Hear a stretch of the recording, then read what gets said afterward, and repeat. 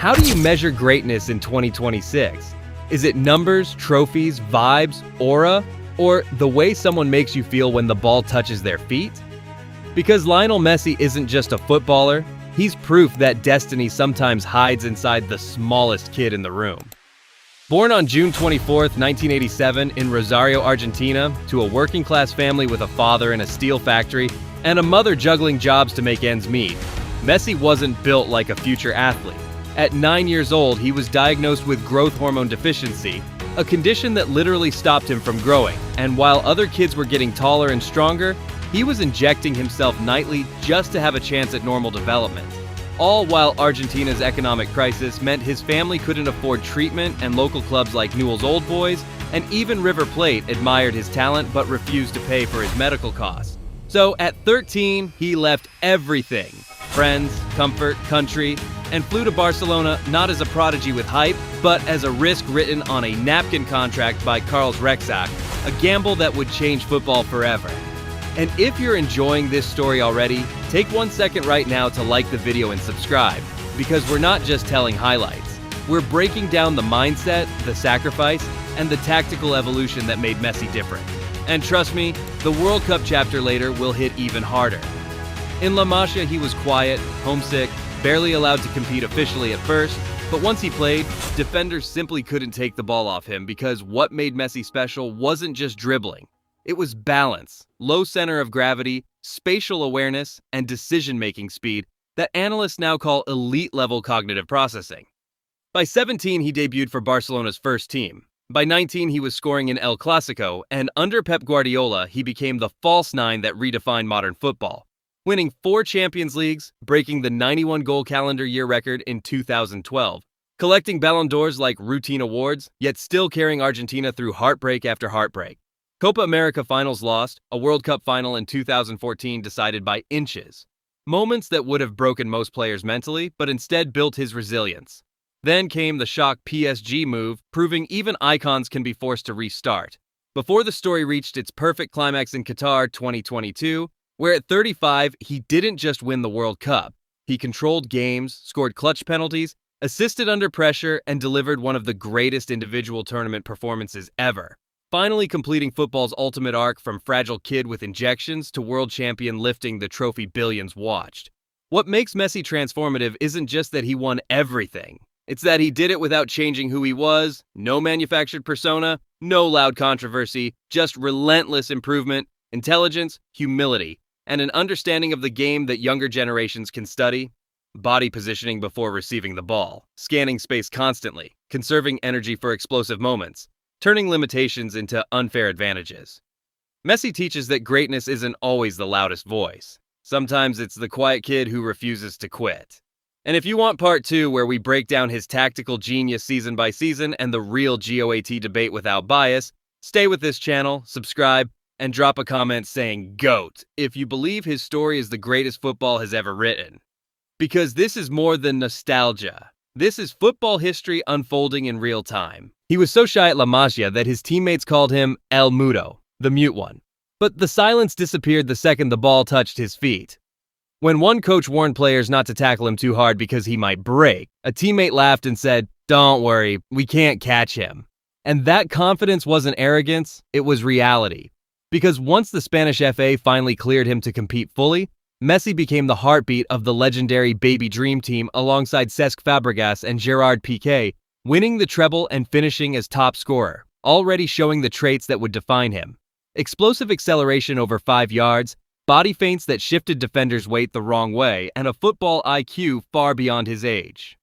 Europe started circling. Arsenal tried to sign him and succeeded with Fabregas but couldn't close the deal for Messi, a sliding doors moment that could have rewritten Premier League history. And by 16, he was training with Barcelona's first team, humiliating seasoned professionals to the point they resorted to kicking him just to survive, with one player calling him an alien.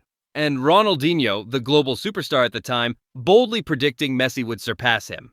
Still physically fragile, Barca carefully balanced his minutes between youth and reserves to build strength, and on February 4, 2004, he signed his first professional contract worth around €20,000 a week, a life-changing number for a kid who once couldn't afford medical treatment.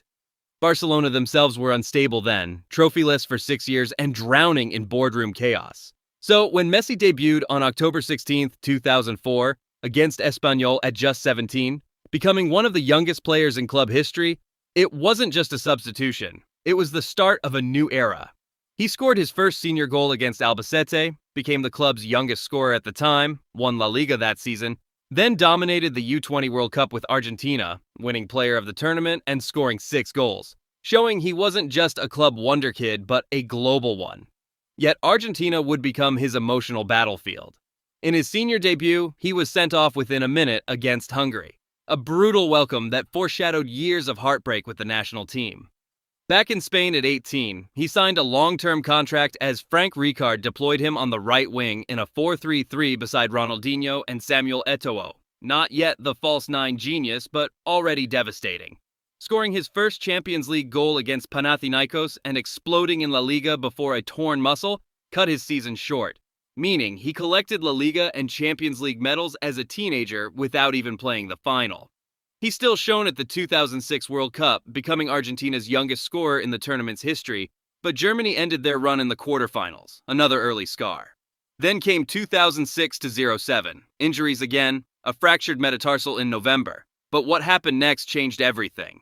El Clásico, Barcelona versus Real Madrid, the biggest stage in club football, and Messi didn't just perform, he announced himself, equalizing once, then again, and finally completing a hat trick in the dying minutes. Real Madrid 3, Lionel Messi 3, becoming the first player in over a decade to score a Clásico hat trick, and in that moment, the world understood something huge. This wasn't just a talented kid surviving against giants. This was a generational force bending the rivalry to his will. And here's the deeper layer younger fans should understand. Greatness isn't linear. Even in these early years, Messi battled injuries, tactical adaptation, and the pressure of replacing icons. But what separated him was consistency of improvement, refining his right-wing role before later redefining football entirely under Guardiola. If you're still watching, you're witnessing the transformation from prospect to phenomenon. And part 3 is where the real revolution begins. The false nine era, the 91 goal year, the Champions League dominance.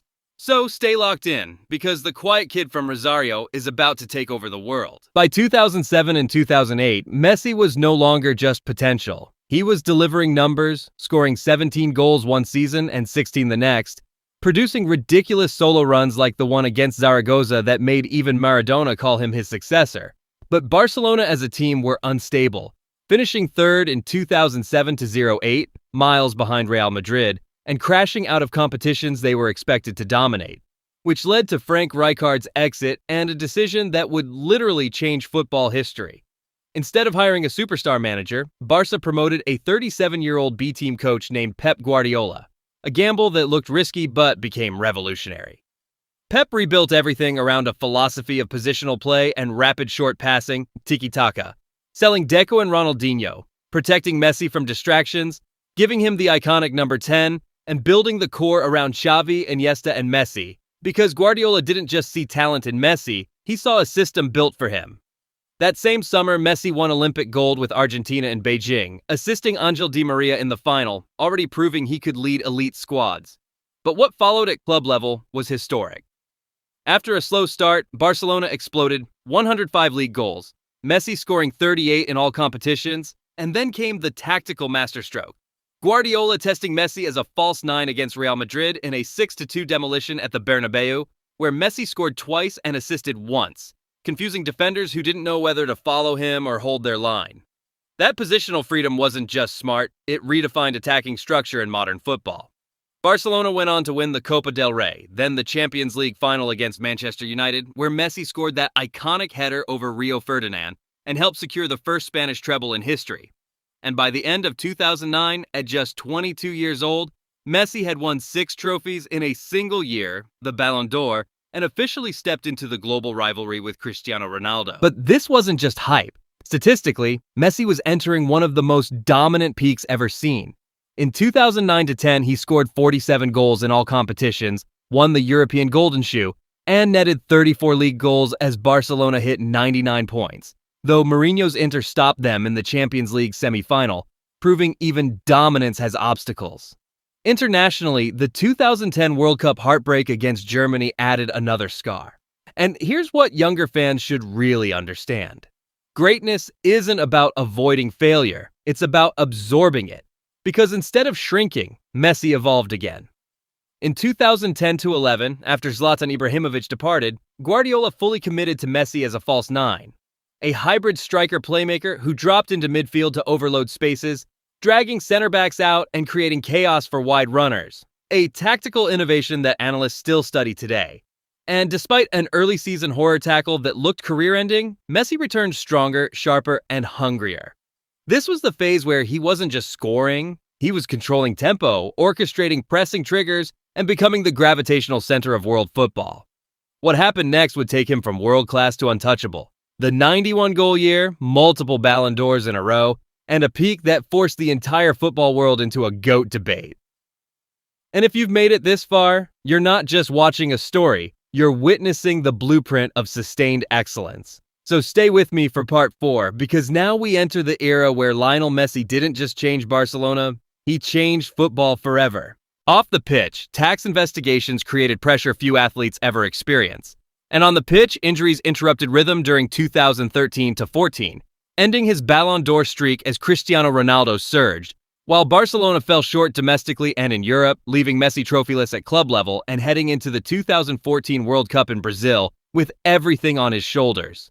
Legacy, redemption, national expectation. And this is where the story gets deeper than goals. Because greatness isn't defined only by domination, it's defined by how you respond when the world questions you. From tactical revolution to personal adversity, from 91 goals to global scrutiny, Messi had already conquered football. But he had not yet conquered destiny with Argentina. The next chapter wouldn't just test his talent, it would test his spirit. And as he stepped onto Brazilian soil with a nation waiting, history wasn't asking if he was gifted, it was asking if he was immortal.